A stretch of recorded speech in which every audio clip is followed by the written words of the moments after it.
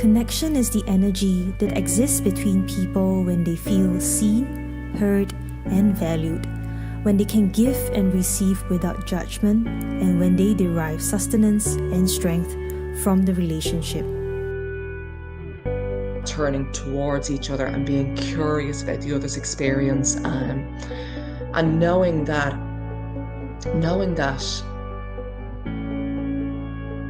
we are able to connect.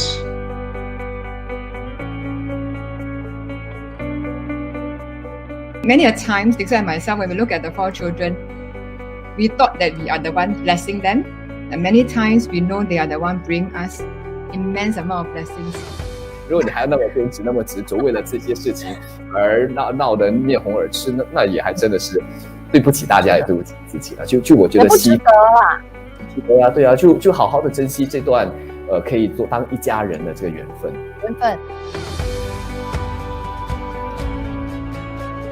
Sometimes the bully was probably bullied themselves. It's very important. We want a journey with people who have experienced bullying. But I think we also want to understand, why bullies bully you.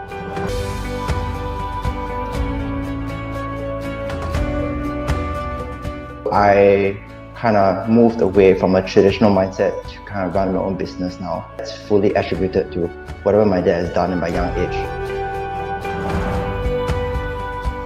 What happened to these victims is that they did not have any empowerment. Someone forced sex on them. And so the helping process must reaffirm that sense of empowerment. What I propose is upstream, to create an environment, a culture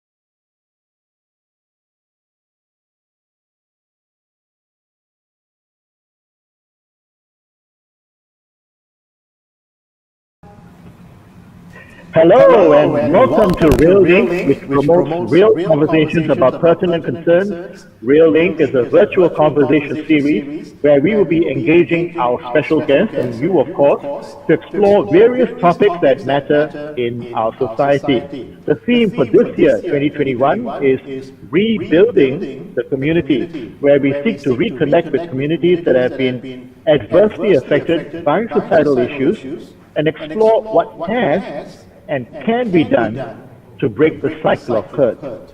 Now, REALink is also a campaign to raise funds to support the work that is being done by the Lutheran Community Care Service, otherwise known as LCCS, Lutheran Community Care Services, LCCS. As a non-profit social service agency, LCCS has been actively engaging and empowering individuals and families to build and sustain relationships and focusing in this particular area called restorative practices.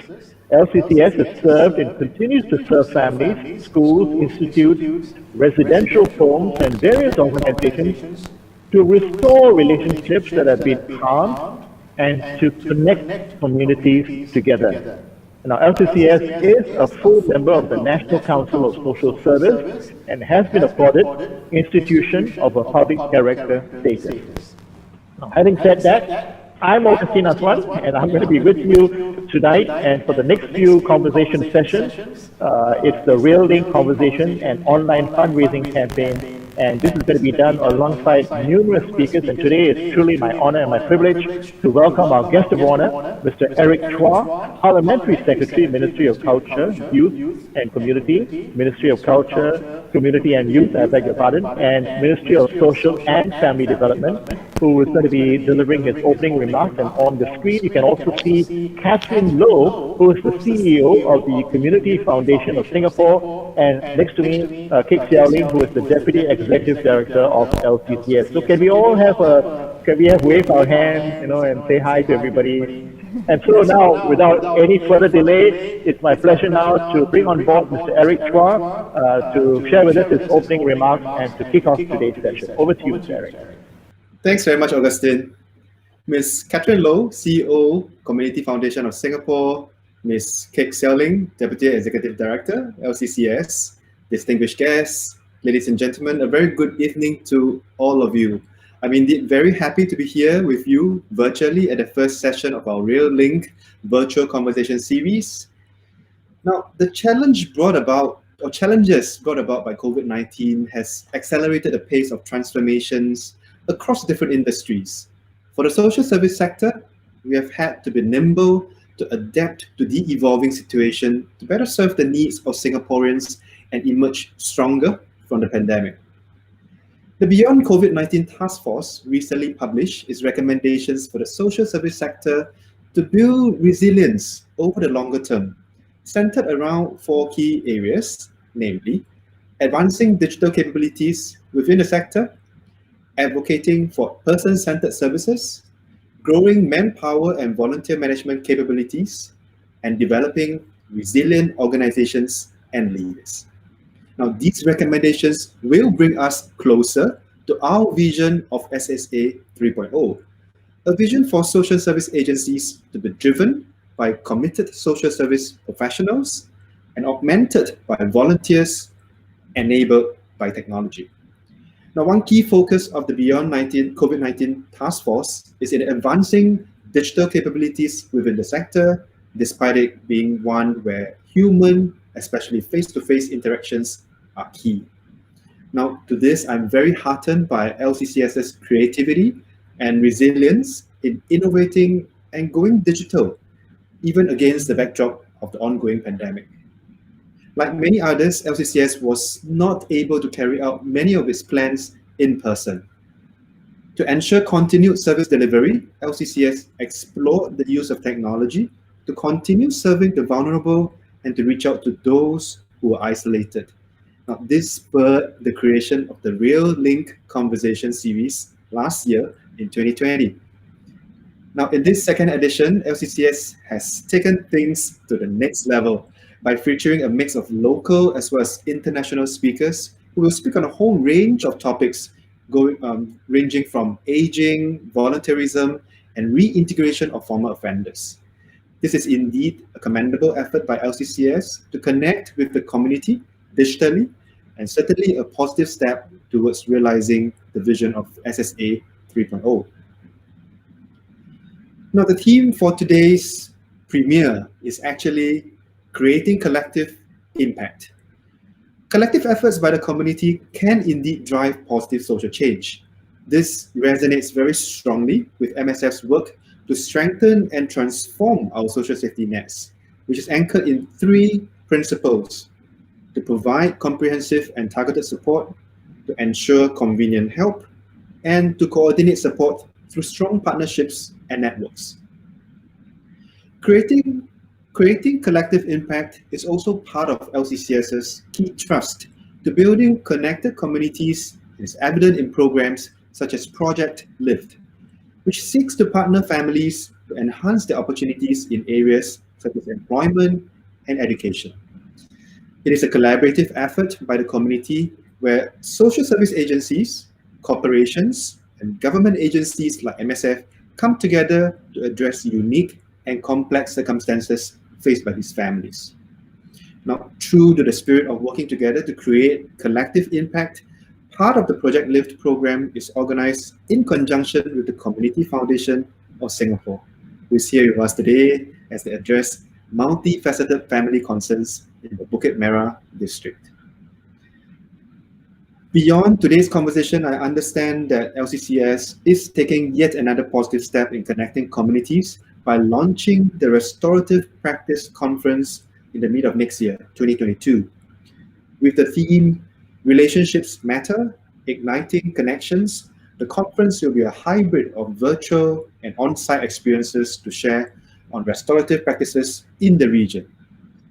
I'm very heartened by LCCS's efforts in encouraging the community to work together as one to drive change and to create impact.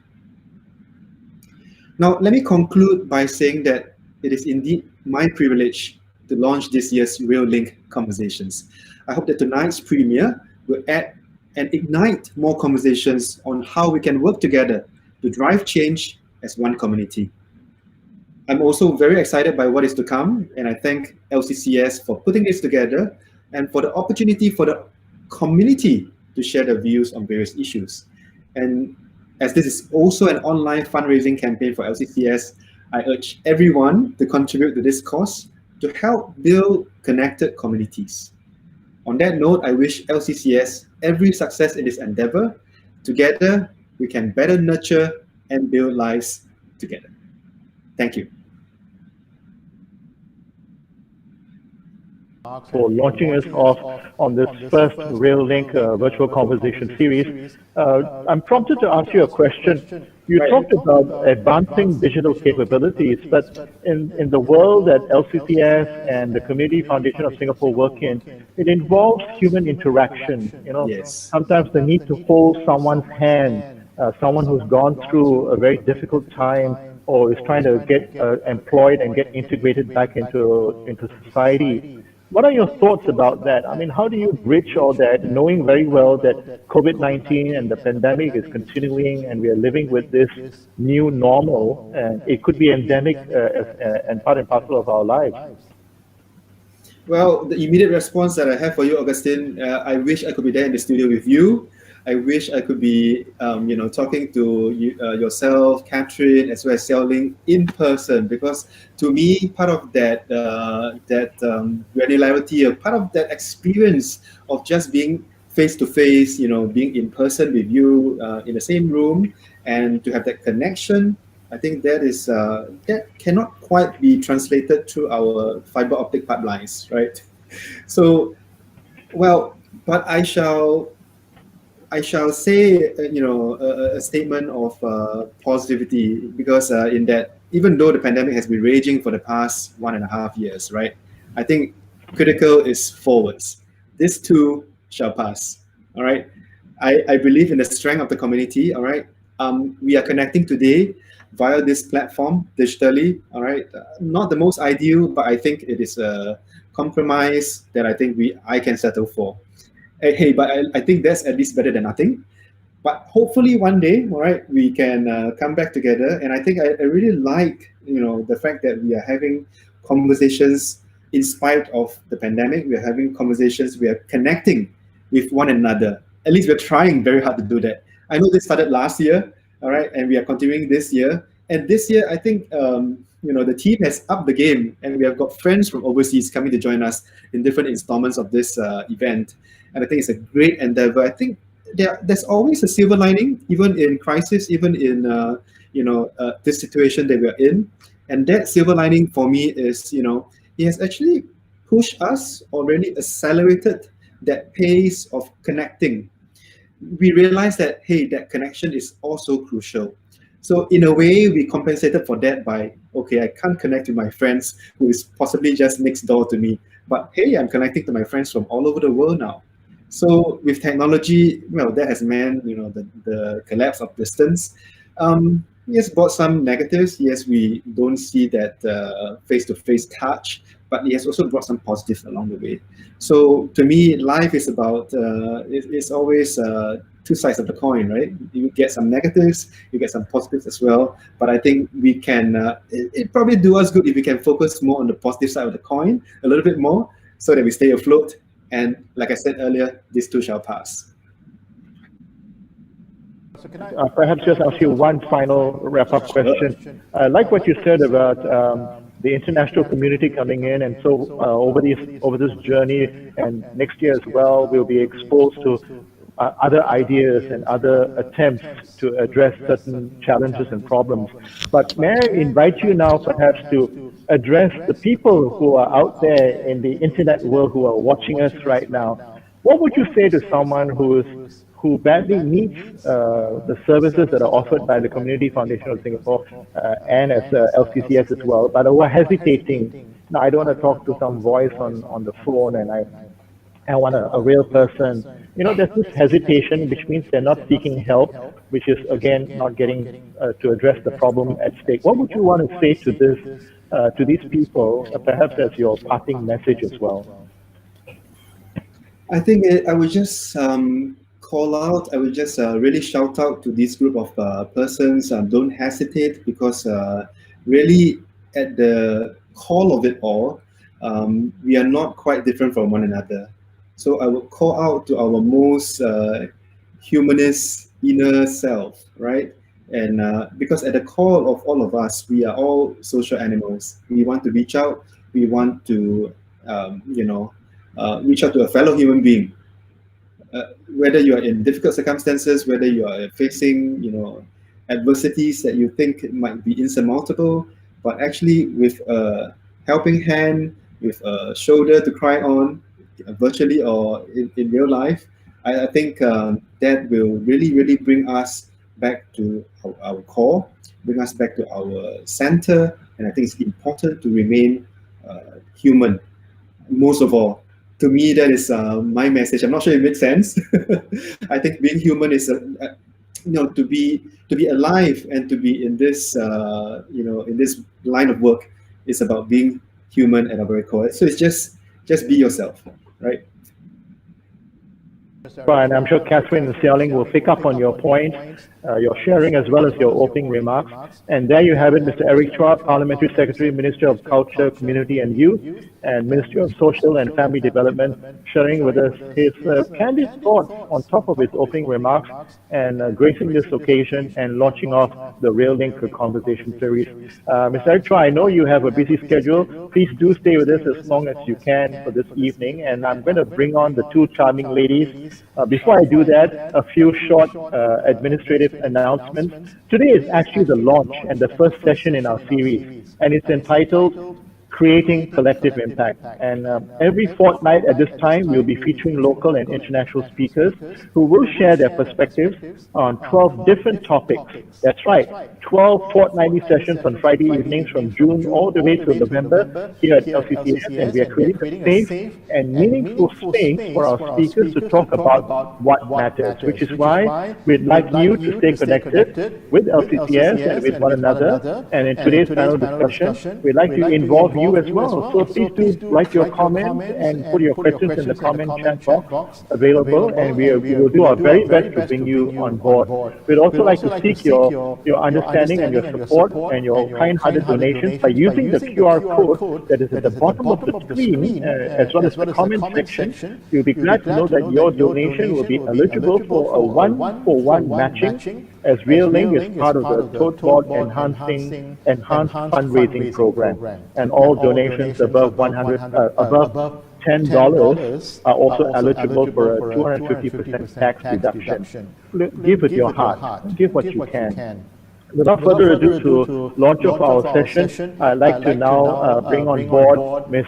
Catherine. Catherine, I'd like to have you kick us off, building up on what Mr. Eric Chua has shared, this notion of collective impact. What can you share with us that will help all of us, including me, as I take myself as a layperson listening to this discussion, help us to understand this, and what are your key messages as well? Over to you, Catherine.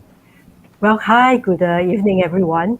Well, first, let me say a big thank you to LCCS for having me tonight. Let me start with just a short introduction to the Community Foundation of Singapore, or CFS for short. So we are a charitable organization dedicated to inspiring and growing community in Singapore. And what we do is that we help donors establish their own charitable funds, and since 2008 we have established over 165 funds, and we have dispersed over 115 million in grants to over 400 charities across Singapore. So we are cause neutral in the sense that we are not restricted to any particular cause or social segment that the funds can support. And like what Eric has mentioned, right, it is really important to be human and to help one another. And, this is really the core of what we do here in CFS. And for us, we started looking into collective impact in 2017. We decided to do this because we believe that by working together, our donors, charity partners, and even government agencies, all of us can come together and we can achieve so much more than if we were all working on our own, on our own different projects. So I think this is, one of the key message that I have is really working together with dignity and with respect, and making sure that, everybody, voices can be heard. And can I just jump in here, Catherine? I like what you said about cause neutral and not restricted to any particular cause or social segment, and that's wonderful to hear. And I hope our friends who are journeying with us through this conversation series in the virtual world, taking note of that. Can I just ask you to hold your thoughts? I know you have a lot more to say about collective impact, and just bring it, Seow Ling, at this point. Seow Ling, perhaps you want to add on to your thoughts about how you view collective impact. Hi, everyone. Good evening. And I'm very humbled to be part of this conversation, because frankly, LCCS has yet to be fully involved in any collective impact initiative. However, our working principles do find alignment, do find a lot of alignment in collective impacts, in idea about creating lasting change through collaborative efforts. So we believe in strong partnerships, as what Mr. Eric Chua has mentioned about. So in LCCS, we strive to widen the circle, expand the network, and build connectedness. Mr. Eric Chua has already talked about our Project Lift. So in this Project Lift, we journey with families, from low-income families, to create access and build capacities. And we believe that no single service or program can serve the family struggles, because they face with many struggles and many stressors. So we brought in concerned individuals, we brought in corporates, and we brought in private institutions and even government bodies. For example, we partnered with E2I, to help the families to seek better employment. We also have Far East organization who came aboard to give the sum of money to our families. And there was an engagement between Far East organization executive directors and the families when we gathered them together. And that gave them an opportunity to hear about our families' aspirations. Upon hearing our families' aspirations, the Far East organization executive director, Mrs. Dorothy Chan, was actually appreciate the family sharing and express that they would like to support to fulfill the family's education aspirations. So because of our belief in strong partnerships, the need to expand and widen circle to leverage each other's strengths to create lasting change, when CFS approached us, we jumped on the opportunity and we're very excited and happy to partner with CFS to build a collective impact initiative in Bukit Merah community. So I'll pause here. I wish, as Mr. Eric Chua said, we could all be present in the studios. You can see there's a huge team here behind the scenes that's keeping things going, and they're keeping track of time as well. But I want to come back to Catherine. Catherine, you were sharing earlier your views from the Community Foundation of Singapore. So coming back to this notion of collective impact, it may be complicated for some of us to sort of absorb. So could you give us like a bullet point walkthrough of it and connect it to the work that you do as well? Yeah, maybe let me define what is collective impact. The concept of collective impact hinges on the idea that in order for organizations to create lasting solutions to social problems, they need to coordinate their efforts and work together around a clearly defined goal. So the approach of collective impact is therefore in contrast to isolated impact, where organizations work alone to solve problems. And initiatives must meet 5 criteria in order to be considered a collective impact. So they must have a common agenda, a shared measurement system, mutually reinforcing activities, continuous communication, and a backbone organization to make sure that everyone works together. So when CFS started 5 years ago, we thought, hey, maybe we can play the role of backbone organization in Singapore. So we started out by collaborating with NVPC, the National Volunteer Philanthropy Center, and together we have organized 3 collective impact initiatives, and now we are looking at a 4th project with a focus on addressing the needs of the low-income families. And we are certainly looking forward to working together with Seow Ling and LCCS, in the near future on this project. Yeah. Listening to you, Catherine, thank you for walking through that. Maybe as a moderator, I'll echo that common agenda, shared measurement system, mutually reinforcing activities, continuous communication, and backbone organization, which CFS is and LCCS as well, right? Yeah. But I have to ask you, well, if I may, a tough question. When I listen to both of you, it's clear that we have complex social problems right here in Singapore that require solutions. And when we try to bring different actors together from different sectors, government, private sector, and NGOs as well, to work on a common agenda, as you've highlighted. But every once in a while, I do pick up voices, either in my personal conversations or on social media, where they feel that these social, and now we more and more hear concerns about environmental problems, these people feel that they are a voice in the wilderness, and there's a lot of talk, but no one is really listening to them, and we're unable to bring about the change that we need. Again, if I throw it back to you, Catherine, your thoughts on that, how would you respond? Well, first thing I would say is that it is really not easy. Luckily for us, as a neutral entity, we are well placed to represent all the different groups, the donors, the funders, the charity organizations, even think tanks and government agencies. So, even agreeing on the common agenda is not easy, and to achieve equity in the sense that all voices are heard and equally valued, that is actually challenging, I must say. Can you take a particular example, and perhaps if you are permitted to share with us tonight and walk us through how you tackled it in real life? I think really at the end of the day, it is really about making sure that everybody has a chance to voice their views, to give their opinions. And when we organize a collective, it is really about creating a safe environment where people can speak up. Right, and I think I can just give an example, right? I mean, it is always about a balance of power. we have donors, coming us to say that, I am very interested in helping low-income students. However, I think that they should be studying, a very particular course, like say aircon repair, because they will definitely be able to get a job in sunny Singapore, if they know how to do aircon repair. However, we may have not thought about what the students want, right? Or how do we measure success in this example, right?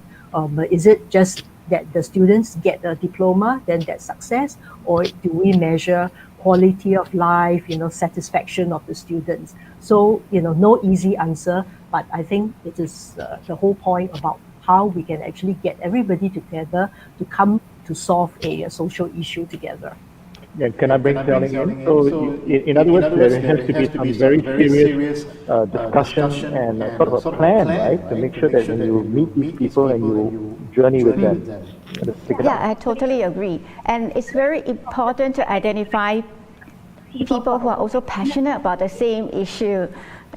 And otherwise, you can't work together because you need to have the same values. And also importantly, these people need to acknowledge there's a lot of unknowns when you are tackling change, wanting to create lasting change that have a great impact. So they need to be able to embrace the idea of taking risks in uncertainty. Just like you said, walking in the wilderness, you do not know what happens. It's a very iterative process in terms of creating a change that's impactful and lasting. I'm looking at the clock here, and we're doing quite well. And if there are questions coming in from you in the virtual audience, please do share your comments. I want to move the discussion slowly along into the engagement part. Like to pick up with Seow Ling, maybe I'll start with Seow Ling here and then come back to you, Catherine. When we engage members of the community to come to this common agenda, I mean, right now, is this doable, or do you sense challenges and friction even when you try to get public sector people like Mr. Eric and his team and the private sector in the neighborhood? I mean, we're right now here in Bukit Merah, right? So what's it like you think you kick it off? Easy or difficult to get the members together? I think it's really challenging. Number one, you need to, as I said, you need to engage. And let me talk about the experience I had with the first meeting which CFS has created. I think I really loved that experience because we came together we did talk about what we want to do or what to measure, but we just talked about talking about our perceptions of poverty and our values. I think it is important when we engage different stakeholders, we need to have a lot of engagement and to have a kind of connection in order to co-create something new. And another thing I want to bring up is that I think Catherine has talked about this imbalance of power, things that need to respect and have dignity to the perspectives of different voices. I believe that, for people with position power, those people in high up in the corporates or perhaps in the government sector, it'd be great if they are willing to share power, to learn from other people, to listen and to engage. Actually, my colleague highlighted to me an initiative called the Youth Advisory Group. In this advisory group, they actually have youth, including youth ex-offenders, to be on a panel to provide youth their perspectives on initiatives, government initiatives to combat juvenile delinquency. And one of the members, Carlos, he was a member of the panel, and he mentioned that it was a very fruitful experience, meaningful, and he felt that there was a sense of pride for him to be able to contribute to this issue of juvenile delinquency. And therefore, if the people can respect each other's power, respect each other's voices, to get the different perspectives, then we can create something together. What you've narrated, you're talking about is happening right here in Singapore. Pardon? The example that you just narrated. Oh yes, the Youth Advisory Group. It's created in 2017. Yeah. I want to build on what our colleague has just shared and come back to you, Catherine. You must have heard numerous criticisms of the collective impact that we're discussing, the very topic we're discussing today. How would you respond to that? One of the criticisms of the collective impact concept is that it does not specify who should be in such a collective. And even if they are included, how would their voices be heard? So for us, right, we always have to look for creative ways to make sure that all the different players, in the room can, have their voices heard. So for example, in a collective focusing on seniors, we actually commissioned a play by local actors to put forward the issues faced by the elderly, issues like loneliness, failing health, and thoughts of death. So we have also asked the seniors who, watch the play to share their views to the potential donors, charities, and government agencies who are in the room. So it is really essential to create a safe environment for everyone to speak up. And even though I mentioned that we have already run 3 collectives, I would like to say that there is really no standard formula that applies to every situation. And really, every collective is different based on the personalities of the people in the collective. Yeah, so I think I like. Sorry to interrupt, Ms Catherine. I like what you said about that play that was done on the seniors. I actually saw one myself of a single son who has to take care of an elderly parent, and only the 2 of them live together in a HDB flat, but he has to go to work, right, to earn a living. And his elderly parent has dementia and is unable to go to the toilet, and a lot of things are not happening, and he comes back and sees this dilemma, and he's alone. And this was all done by the social workers. They put up this play. The fact that I'm telling you this, with both of you and all of you in the virtual conference, it means it left a deep impression in my mind. I mean, right now in this area that we are here, having this conversation in Bukit Merah, a lot of senior citizens, right? A lot of people also aging population in Singapore. So I like that point. We are at the halfway point, and my production crew is giving me this gentle reminder. So pardon me, ladies, as I do this short sort of segue. For those of you who are just joining us, you are watching the LCCS's REALink 2021. It's a virtual conversation series sharing on personal social issues and bringing communities together. And this year's theme, which we've been discussing, is rebuilding the community. And I'm Officer Nansuan, your humble moderator, and I'm with 2 charming ladies, Catherine Loh, CEO of Community Foundation of Singapore, and Kek Seow Ling, who is the Deputy Executive Director here at LCCS. Our topic for today, and we still have a good half an hour to go, creating collective impact. And our guest speakers have been sharing the benefits as well as the challenges of connecting different groups together for collaboration. As REALink is also an LCCS fundraising campaign, we will once again like to just seek your support to give a donation using the QR code, which you can see at the bottom of your screen, as well as in the comment section. You'll be glad to know that your donation will be eligible for a 1-for-1 matching, as REALink is part of the Tote Board Enhanced Fundraising Program, and all donations above $10 are also eligible for a 250% tax deduction. And all donations will go towards supporting LCCS in empowering and engaging individuals and families to build and, more importantly, restore relationships. And having shared that, I want to come back to our 2 wonderful ladies here to perhaps just sort of close this part on our discussion on engaging the members of the community. Back to you, Catherine. I did some research of my own, and I picked up this interesting point that I came across. Collective impact also means engaging members of the community, people with lived experience with the problems that you are trying to solve. They understand it in a way that others do not. And yet, you can't just take a youth who has been in the juvenile justice system and put him in a room with the mayor. I mean, we have mayors in Singapore, the head of a major corporation or the head of a foundation, and expect that what this person, he or she says, is going to be candid and is going to be listened to. So again, this word was mentioned earlier from Mr. Eric's opening remarks, a creative and innovative way to address these voices so that you can really address it and find a way to put them back on the right track. Catherine, your thoughts on that? I know I took a bit long, but I just wanted to set the scene for that. I can't hear you, Catherine. Sorry, hang on a second. I think I mentioned earlier about an example about the donor wanting, from the students that he supports, to do a particular course like aircon repair, and I think this is, just one of the many stories, right, about making sure that everybody's viewpoints are heard, and really it is really about equity and respect.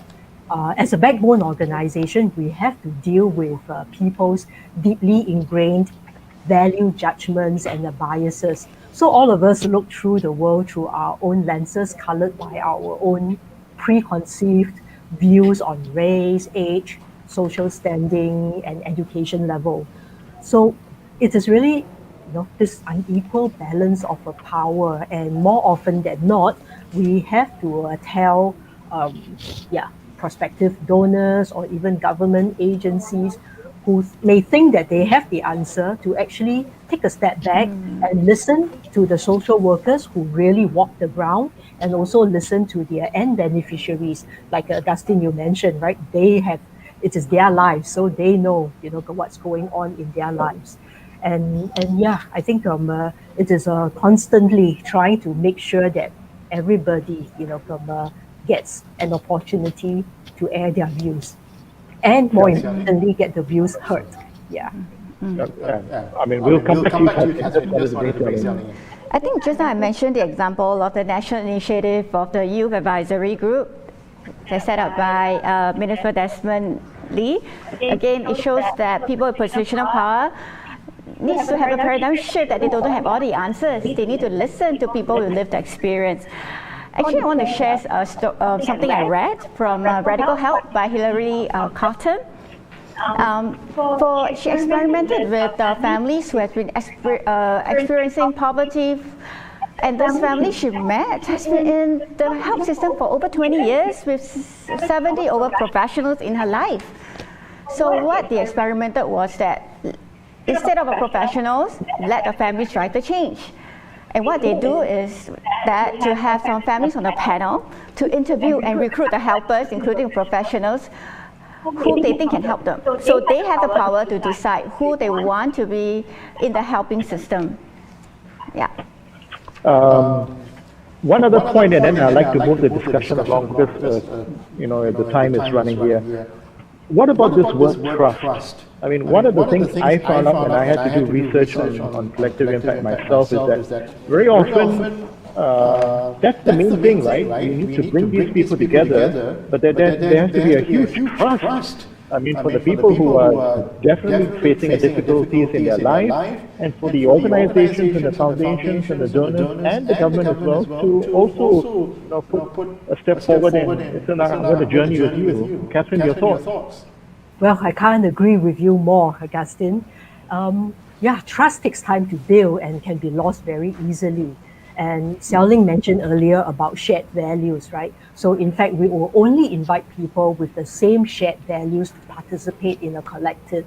So we do spend a lot of time building trust. So we organize meetings and intentionally create environments for people to share without fear of judgment.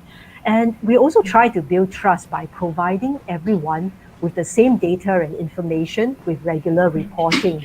And for a collective to work, everyone must do their part.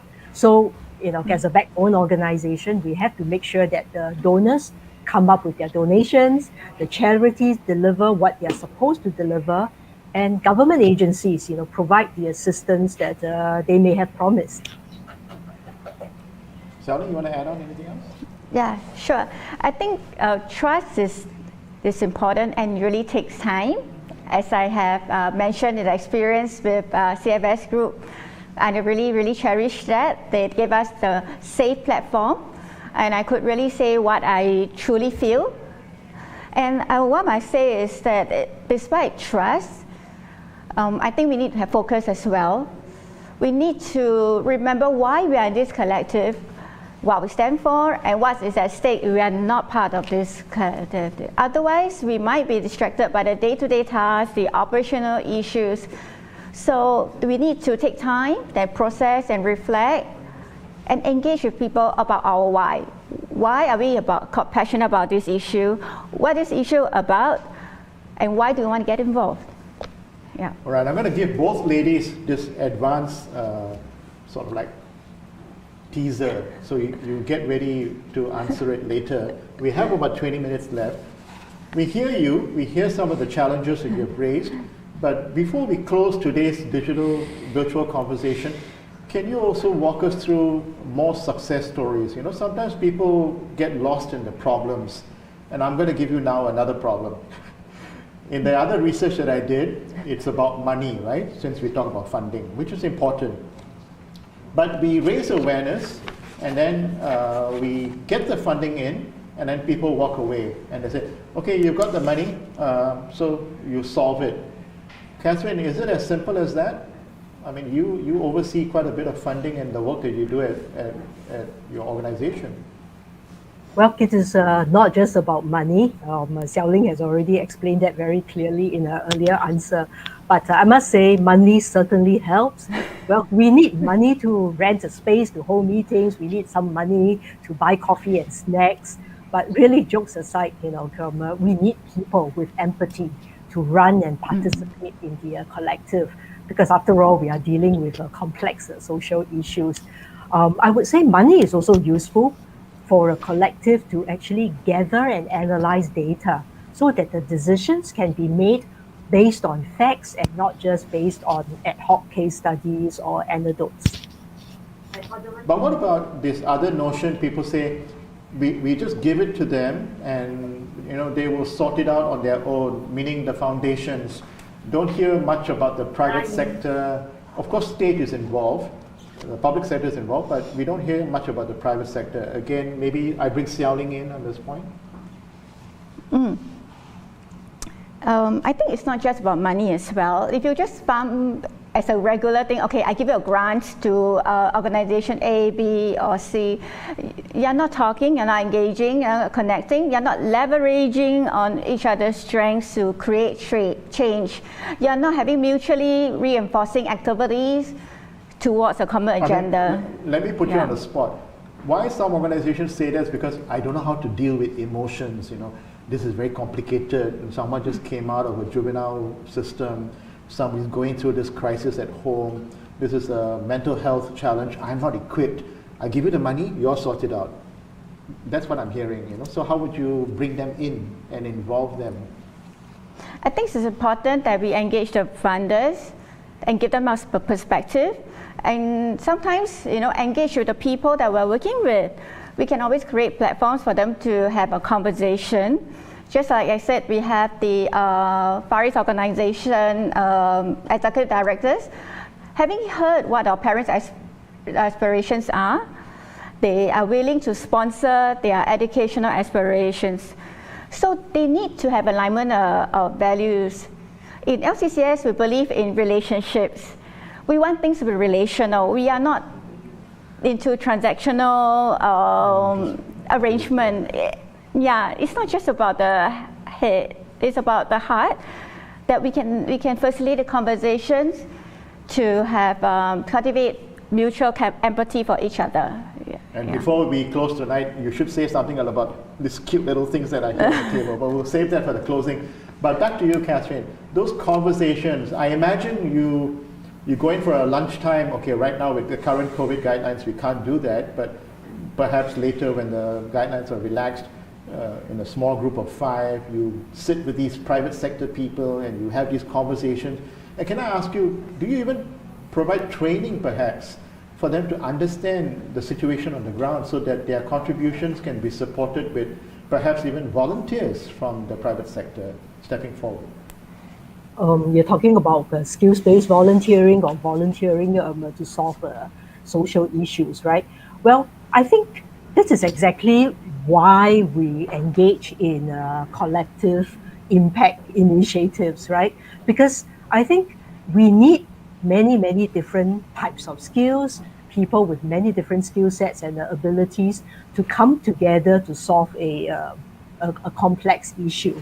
So it is not just about a donor having money or a corporate, having many staff who could be volunteers, but we will also need to have the expertise of the people on the ground, like a LCCS, and we will also need, to have maybe government agencies who can look at maybe reviewing some of their policies, so as to actually rectify some of these situations. So it is really about, making sure that we present the issue in a manner that people can see the different aspects of the problem or opportunity, if we would like to call it, and say, hey, I can contribute in this way or I can contribute in that manner. So that is really what a collective is all about. Can I put you on the spot and ask you, you talked about policy and change. Has there been an example in recent times that you would like to flag up in our conversation tonight? Welcome. I would like to cite an example that perhaps maybe it didn't come from one of the collectives, but talking about, say, policy change, right? If you recall, a few years ago, the Ministry of Education actually increased their funding for SPED schools, for students with special needs, and before that, we were actually working with a donor, and the donor has this belief that, well, providing arts and performing arts and visual arts, training to students with special needs will really help them develop and grow. At that point in time, it was quite a few years ago. So, there wasn't any real study on this area in Singapore. And the donor funded, this project, and we worked with the donor to make it happen. We brought about, about 5 to 8 different special ed schools to come together, and we provided the funding for them to engage trainers in the different forms of art. And after 6 to 9 months of the training, the donor actually organized a very big concert. It's a corporate donor, so they could actually invite their their clients, their staff to actually view the concert. And at the end of the day, we collected a lot of data on how providing arts education benefits the students with special needs. We collected data on their improved school attendance rate, improved attention level, but better behavior in school and at home. We get surveys from their family as well, and we did that for 3 years. And eventually, MOE invited us to actually present this case. Happy to say that right now there is a lot more funding support provided by the government to SPEC schools. So as I hear you, they have to see this unfolding on the ground, witness it, and that eventually leads to change as well, right? Yes, I'd just like to add that the change doesn't happen overnight. So for this example, it took 3 years of gathering data and actually tracking these students over the years. All right. So, ladies, I am learning a lot, and I'm certain, I hope our friends in the virtual world are learning as well. Common agenda, shared measurement system, mutually reinforcing activities, continuous communication, and a backbone organization. That, in a nutshell, is collective impact. And of course, there's a lot more to learn about it. But we have about 5 to 6 minutes left before I have to do my closing announcements. And I want to say, listening to the both of you, and I mean this sincerely, listening to both of you, Catherine and Seow Ling, it sounds wonderful. Can we replicate this all over Southeast Asia? I mean, can this become a global village project? Catherine, you want to kick it off? Well, I think as long as the 5 ingredients are there, yes, it can be replicated. But again, right, I would like to highlight that not all issues can be solved by collective impact. It is not a magic solution.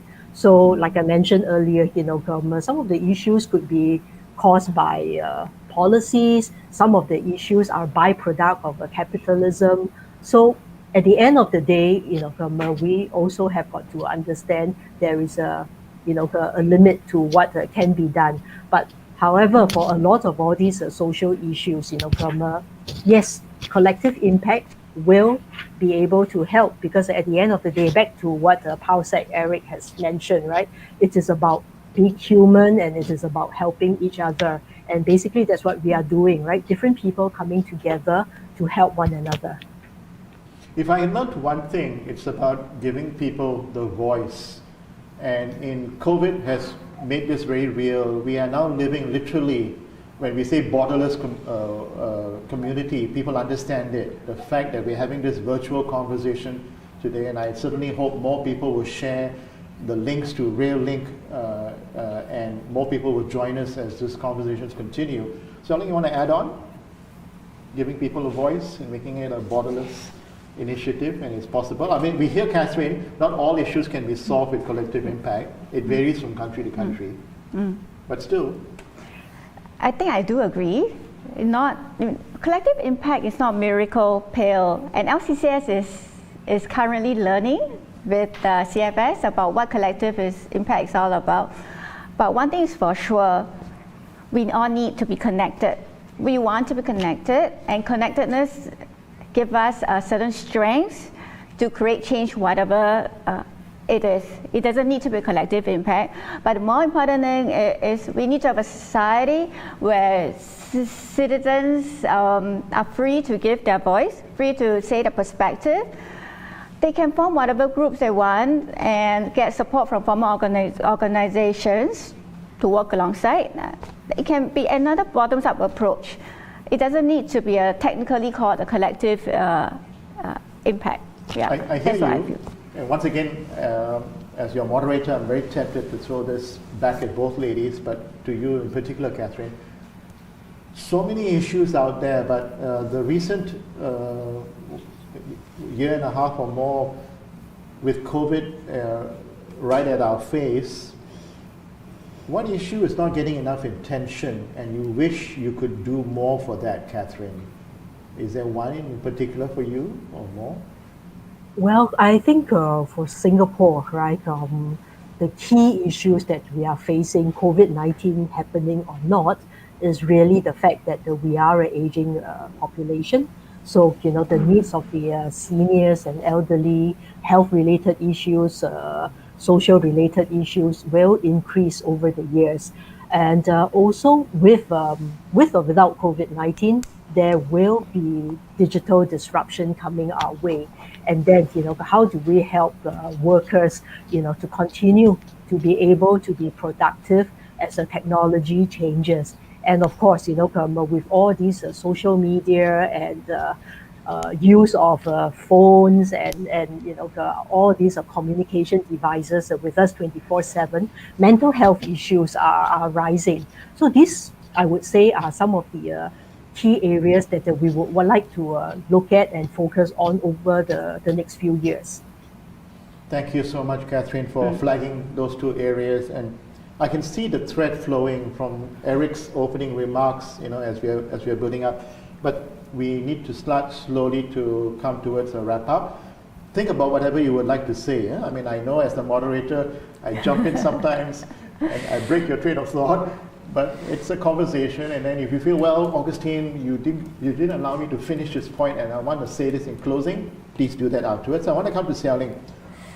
There's a lot of talk also about the United Nations and the Sustainable Development Goals. And COVID-19 has also been a sort of a warning for, there's a bigger challenge out there, that's climate change. Does climate change factor or come in anywhere in your conversation? But I mean, there are 17 United Nations Sustainable Development Goals. It even includes paying attention to gender equality, girls, women's issues. There's so many out there. Your thoughts? Of course, we have already mentioned about Project Lift, which is about poverty. But I want to mention that about partnership. Because I think in the UN SDG, they also talk about the need for partnership. And interestingly, with COVID, with the technology, we are able to partner with overseas organizations. Yeah, one of the overseas organizations we're partnering with is called Footsteps to Inspire. It's a global movement to peacefully end sexual violence through sports. The founder is Claire McFarlane, who is a rape survivor. So in 2020, during COVID, we had a virtual run under the campaign Let Our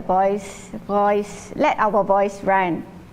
So this year, we're doing again another virtual run together with Footsteps to Inspire to end the dating violence, sexual harassment, targeting in campus. So, tonight I am definitely learning a lot. And if you've heard something in this REALink conversation and you want to find out more, do get in touch with LCCS. I'm sure the communications team behind this can tell you what are the various examples and initiatives. But back to you, Catherine. United Nations Sustainable Development Goals and your organization in particular, any particular points you want to raise? Any parting messages you want to leave with us? Well, the UN SDGs, right, is really a very interesting framework for us to link back the work that we do in Singapore to the whole global movement towards sustainability. So as a start, we are mapping our grants and programs back to the various SDGs, and eventually we hope to be able to develop a system to measure how we are faring in each area. And with our corporate donors, we are working closely with some of them to see how we can actually build in the concepts of sustainability into their giving programs. But I must say, we have just started, and so there is really a long way to go and a lot for us to learn. So definitely a key area of focus for us. Well, ladies, actually today is more like an appetizer. We just sort of like launched so many points. I wish I could have both of you back for a part 2. We'll think about that, all right? And that's the beauty of the REALink Conversation series. But it's now my pleasure to slowly bring this evening to a close. As we come to the end of the discussion, we'd also like to show our appreciation to our guest speaker. Of course, it's you, Catherine. Catherine Loh, for joining us and sharing with us such insights. And of course, representing LCCS, Seow Ling, over to you. Okay, to show our appreciation to our guests who take time to share their experience in REALink episodes, we will be gifting them a deck of cards. Okay, this is only a sample, so you only see one story. The deck of cards is called Fables Talk, whereby we have stories to exemplify LCCS working principles. And I have alluded to some of them in my conversation just now, like relational inclusion and respecting individuals' voice space. So here's all the some of our principles that's displayed here. Yeah. So, and one exciting news that we have, we're going to publish the Fables Talk in the e-version, and we'll be launching it in August this year. So please do take a look out for it. Yeah. Thank you, Catherine. I mean, as Eric mentioned earlier, we wish you were here so we can actually give it to you in person, but look out for your gift. The e-book Fables Talk will be launched in August this year, 2021. Yes. Well, it leaves me to say that's all the time we have for this panel discussion. In case you're wondering, why does Augustine keep looking here? That's my clock.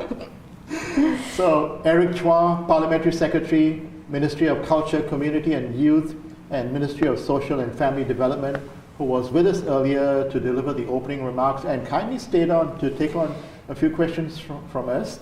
Catherine Loh, wonderful Catherine, CEO of the Community Foundation of Singapore, and of course my wonderful colleague here, Kek Seow Ling, Deputy Executive Director at LCCS. And thanks to all of you for your participation. Don't worry, you are with us and we can sense it. It's like I feel this force is with us. But anyway, we do want you to tell us what you think about our program, and you can leave your comments on the chat room. And a final reminder, you can support our campaign by donating generously using the QR code at the bottom of your screen and the link in the comment section. We'd also like to call your attention our next REALink virtual conversation session happening on Friday, the 25th of June, 7:30 p.m. Right? So just look at the social media platforms for LCCS and you will see all the calendar leading up to November. But Friday, 25th June, 7:30 p.m., our guest speaker will be Red Hong Yi. She's a renowned artist and advocate, and we'll be speaking about breaking down anti-Asian antics. So stay tuned for that one. I'm not going to say goodbye. I'm actually going to say today actually marks the beginning with LCCS and this huge, beautiful team behind the cameras. I wish you could see them. It leaves me simply to say today marks the beginning. The journey continues. I'm Augustine Antoine. Thank you very much for being part of the REALink virtual conversation series. Thank you, Eric. Thank you, Catherine. Thank you, Seow Ling. Thank you, everybody. And as we do in the hearing impact community, we can't clap, but this is one way to clap as well. Thank you very much, Stay with us LCCS. and join us for the next one, all right? Bye-bye.